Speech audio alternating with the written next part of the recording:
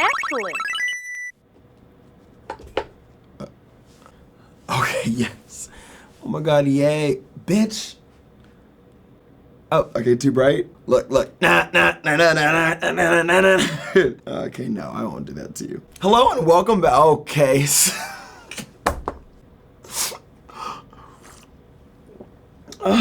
I submit my life to the Lord. I just give and give and give, and he just makes my voice crack. Hello, everybody, and welcome back to my channel, or welcome to my channel. I have a great show for you tonight because I'm about to tell y'all, I can't even believe it. And I know that all of you are probably shaking your head like, this nigga lying, let's unsubscribe. But please just listen. I know what you're thinking. You're like, all right, well, you know, Sky's inconsistent as fuck, and now he's trying to use Team 10 to gain relevancy. And you're right, but that doesn't make the story any less true. Team 10 also made me gain a lot more weight back. Gotta work that off. Team 10, ooh. Okay, but don't worry, this story is not like a rehashing of all the Team 10 insults. You've already heard H3 tell everybody. Go get you some water, have a seat, take a load off. Let me tell you this crazy shit. Okay, this is gonna be fun. Let me paint the picture. Okay, so 2 months ago, right? Y'all know that I had 30 days to move into my new place. It was a month-by-month lease where I was living, right? Like, eventually we were gonna go. And even though it was kind of unexpected, it was still well received. Like, I was still ready, kinda. I made myself ready. And again, so as you know, I made a whole bunch of sponsored videos to acquire money for this move, right? And they all paid except for one company that did not pay. That is, apparently, companies could just do that, just not pay. But Rice Gum isn't the only one that can make diss tracks, so. So I'm visiting a bunch of houses, and some of these owners and agents are crazy as shit. Like, this is not a bit. I would go to a house, and like the Asian lady would come up right to me, and I'm only telling you she's Asian for the color. Oh, for the color of the story. Like a color report, like a color commentator. An agent walked up to me and she was like, I don't want any white parties. I don't even know what she's trying to say. What is a white party? She's like, I don't want any white people at this house. I was floored. Progressive racism? Like, what? And the weird thing is that she walked up to me like I was about to agree. Like I was about to just dish about how much I hate white people. That's the most random shit. And then one house had like 28 cameras in it, and the cameras was everywhere. And I'm like, bitch, you think I'm gonna live here with all these cameras? I've seen every horror movie circa 2003 and up. You must be out of your mind. There was a camera in the bathroom, but oh, it wasn't behind the shower curtain, so it's okay. Bitch. Then this one lady literally got on her knees and begged us to rent her home. But it had like a jail cell in the middle of the house, and it was 5 bedrooms. 4 bedrooms were on one side of the house, and 1 bedroom was in this dark ass corner, and I was like, I don't know what demon child you gave birth to, but nah, I'm gonna pass on this. Okay, let me get to Team 10. So then we visit this big ass blue house right in the middle of LA, and I told the agent that I'm a YouTuber. I'm like, you know, cause I want to just, how many YouTubers are out there looking for fucking houses? So I pull up and I'm like, oh, hi, and I'm Sky Williams, I'm the YouTuber. And she's like, oh, you're the YouTuber. And I'm like, yeah. Now my arrogant ass is thinking that she's a subscriber like y'all, that she's watched all my videos and has been heavily invested in my life. Now she just didn't recognize me because I had gained so much weight because of the depression, and food is just good. So I'm like, okay, well, now she's about to, you know, just give me all that attention. But then she says, no, because another person here is a YouTuber. Now, for those of you that don't have channels, when you hear another YouTuber is in the room, the first thing you do is you memorize your sub count. Immediately, you log on, you go on Twitter, on YouTube, and you're like, all right, this is what I have.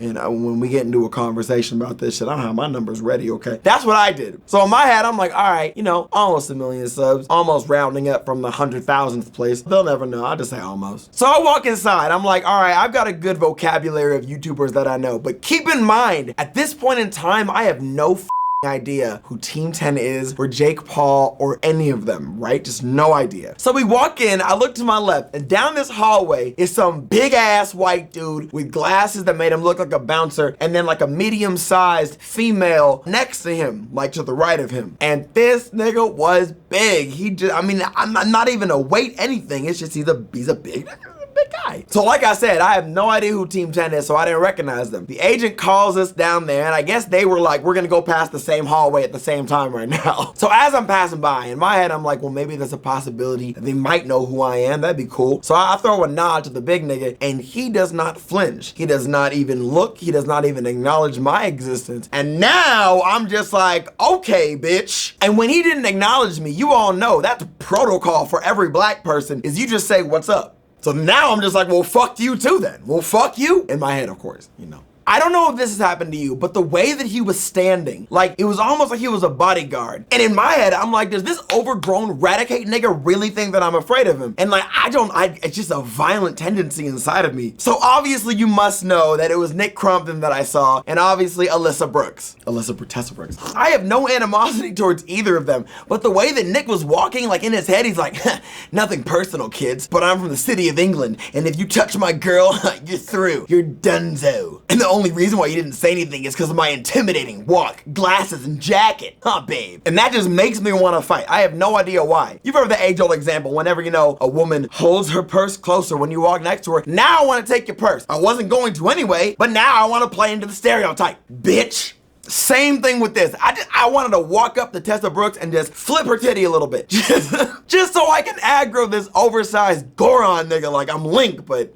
I digress. The hissy fit faded mentally, and they were gone before I could even do anything. Probably good for me that that didn't actually happen. So then when I got home, I told my friends that I met the adult version of Hamtaro and some girl. I don't really memorize a lot of female characteristics. Many women, to me, appear as a random assortment of numbers and letters and colors. So, you know, but they knew exactly who I was talking about with the Hamtaro comparison, and they pulled them up, and I'm like, okay. And now I was looking, hold up, live. Okay, yeah, so I looked him up and he had like 380K followers on Twitter. Now, I'm not an elitist about Twitter numbers, right? But I at least felt that I was confident that, you know, I might have more presence than him. And boy, was I wrong. Cause then they were like, I want you to watch this, you know, watch this. And it was the song, it was the Everyday Bro. And it had like 50 million views. And I looked at, I was like, damn. They go, what? So of course, when I realized that Nick Crompton had a lot of views and a lot of followers, I immediately adjusted my attitude from angry to, well, you know, if this bear wants to make good music, then let's give it a shot. Because I don't have any integrity or soul or moral compass at all. The funny thing was my friends warned me. They were like, are you sure you want to see this? And with open hearts and bright dreams, I'm just like, yeah, I'm ready. I was not ready. I was not. So the main conflict of that song, as you all probably already know, is that the lyrics were as atrocious as the delivery, but the beat was flames. The beat was good. I'm sorry. Watch. I'll put this shit on right now. Alexa, play It's Everyday, Bro. No, I'm just kidding. All right, look. This is live. This is me. I'll try to resist. This is like, I can't help it. It's not fair. And then I always switch to these niggas. Hold on. Hold on. What's up, man? Can we switch the language? Sorry. We better. No, I'm not Okay, can we briefly talk about how racist that lyric was? And my golden state open. Yes, I can. And no, I'm not forgotten. England is my city. And yes, I can rap. Well, you can't. And no, I'm not from Compton. As if the prerequisite to be a rapper was to go to Compton. You see, this is a waste of white skin. This is a waste of fucking white skin. All of you can say whatever you want, but it's just not cool to be a nigga in 2017. It's not. That is not what's up.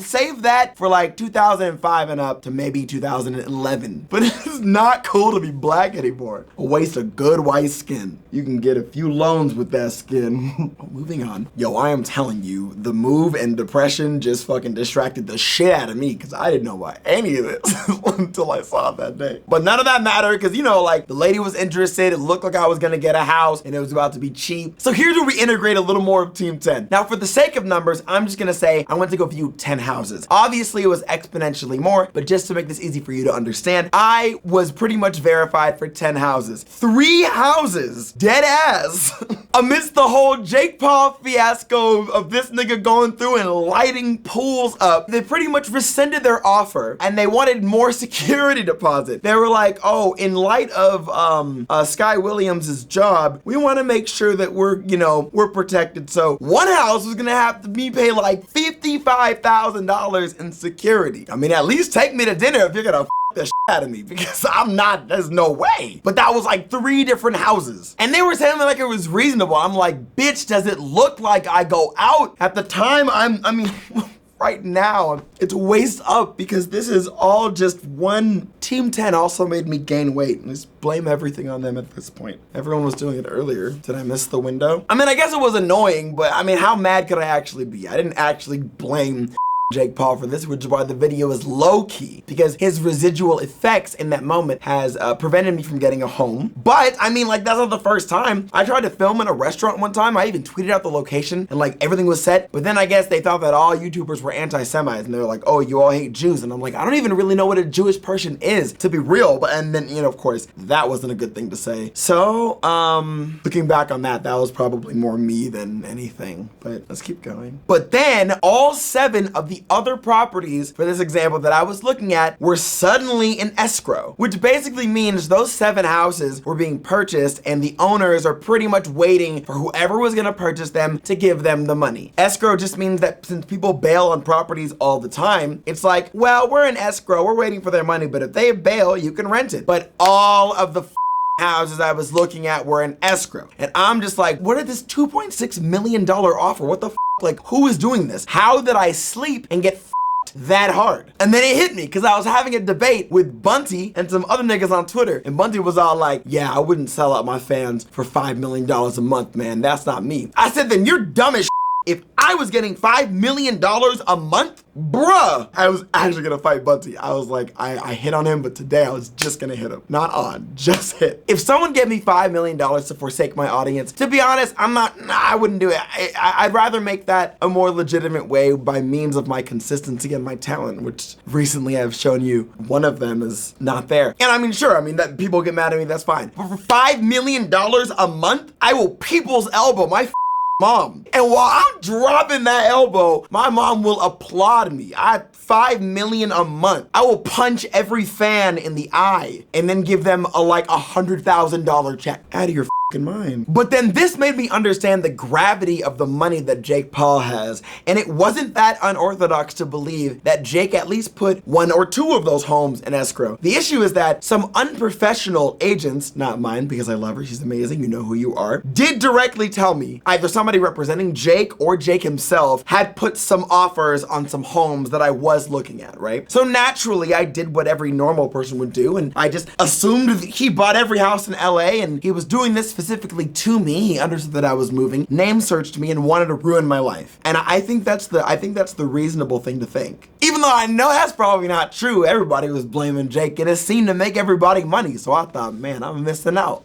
So now here was the problem. Remember all the money that I made, I was very transparent with my audience, but I was trying to get a house that was like 4.2K a month, and it was massive. Beautiful home. Owners were in China. There was a tennis court. And because my credit is terrible, I couldn't afford anything too cheap, because if you go to a cheaper place, there's a lot of applicants. But if you go to kind of a more expensive place, you're able to find a place with less applicants. So less people I have to fight against for a place to live. And because I can move whenever, that's a huge plus. So like I can move on the 15th, the 16th, whatever. Very flexible. All of those options disappeared. So the money that I had collected from these sponsored videos didn't mean much now, because damn, I'm either gonna have to pay like $55,000, which will leave me with nothing for a home, or nigga, I'm about to be homeless. So that's why I said low key. The antics from Team 10 and Jake Paul and others, not just them of course, made it very difficult for me, a YouTuber, to find a place to live, as the people that I'm trying to rent from are not that connected. Before Jake, and actually like I would say about a year, maybe even 2 years ago, when you would say YouTube, it'd be cool because I could be like, look, like here's a video with me with 1 million views, and then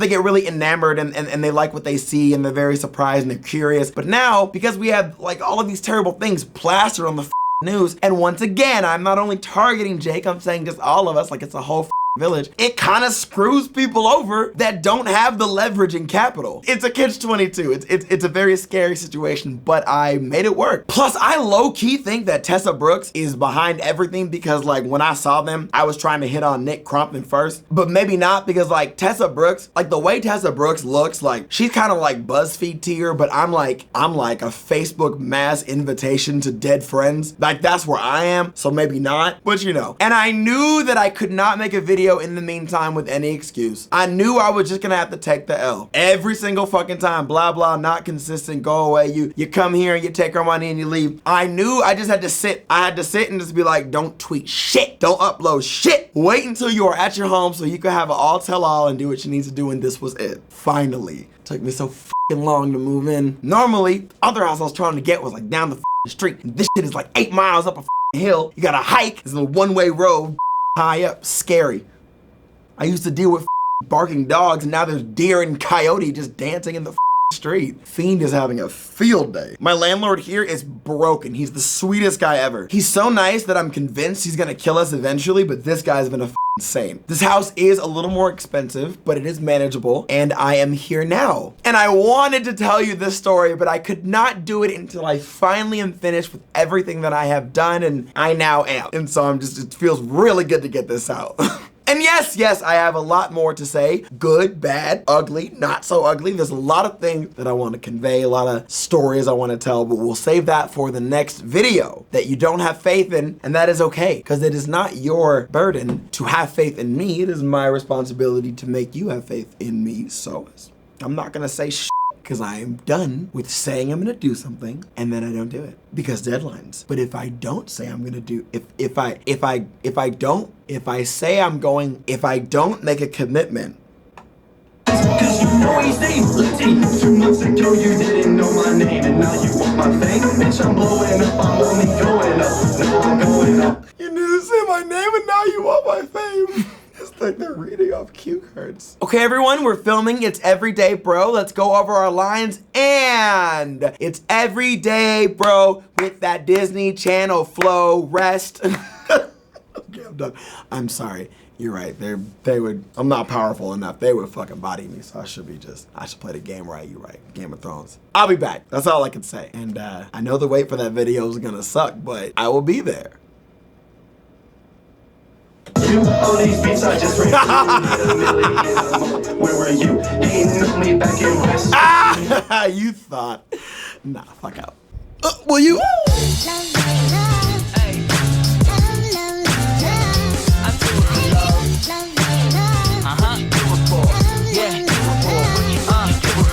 I do it for the love, yes I do. So you don't care about the money, well yes it's true. And I'm so blessed to be fulfilling my destiny. All material things could mean less to me. Only thing I ever could need is a